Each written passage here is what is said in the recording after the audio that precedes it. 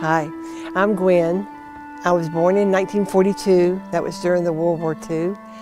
And lived in a small town in North Carolina with my parents, and had a younger brother and a younger sister. I was the oldest, and from the very beginning I sort of had a reputation for being a bully. I really grew up very naive and very innocent in this small town.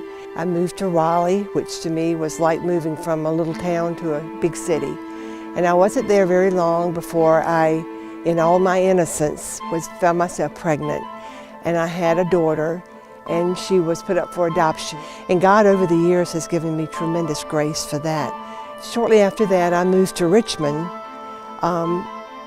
went to work at Hill Directory Company, and met Charlie not too long after that at Azalea Bowl.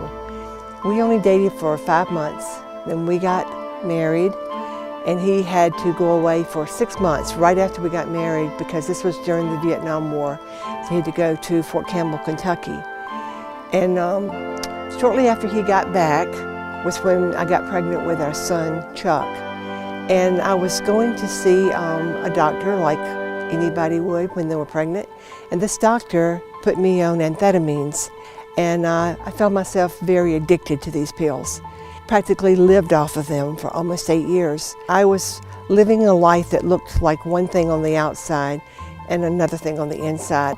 I was easily smoking 3.5 packs of cigarettes a day, living in a pretend kind of world. I was the president of my Sunday school class, went to church every Sunday. Well, we had had our daughter Susan. She was born 3 years and 3 months after Chuck. And all that time I'm on these diet pills, and our marriage is like just a sham. I had already talked to a lawyer about getting a divorce. It was really, really sad. I mean, our life was just a mess. And the sad thing is that nobody knew it. It was just like a great big joke, you know. And so there was a summer when our daughter was probably about 3 years old, and the diet pills had really taken a toll on me because I really didn't eat very well. I was just skin and bones, smoking cigarettes, drinking coffee, and I'd started drinking vodka and orange juice, just like a closet person. Nobody knew I did that. And my life was really going down the drain. Our marriage was going down the drain. And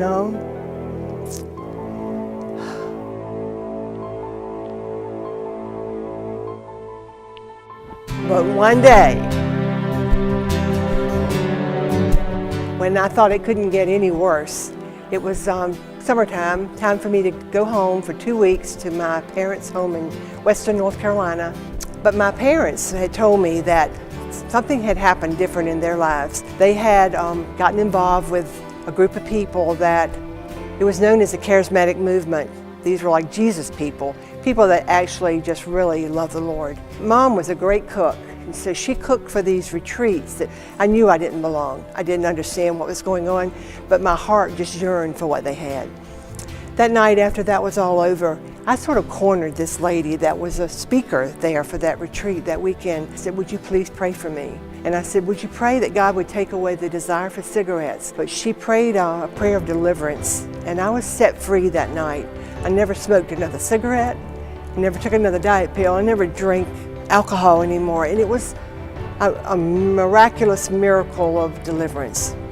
And the next day, the sky was bluer, the grass was greener, and I'm like, what in the world has happened? And 6 months later, through some circumstances in Charlie's personal life, he got saved. It was amazing. It was like all of a sudden I was married to a brand new person. And it was 1975, and we helped start Mechanicsville Christian Center. And I spent 30 years of my life almost working there on staff.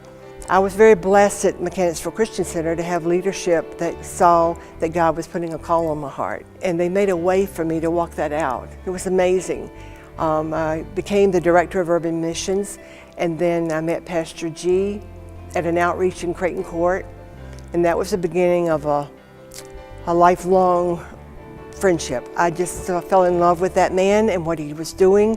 I knew that what we were doing was the best that we knew how to do, but here was somebody that had come from that whole urban mentality and lifestyle, and I just loved coming alongside of him and just helping him do what he was doing.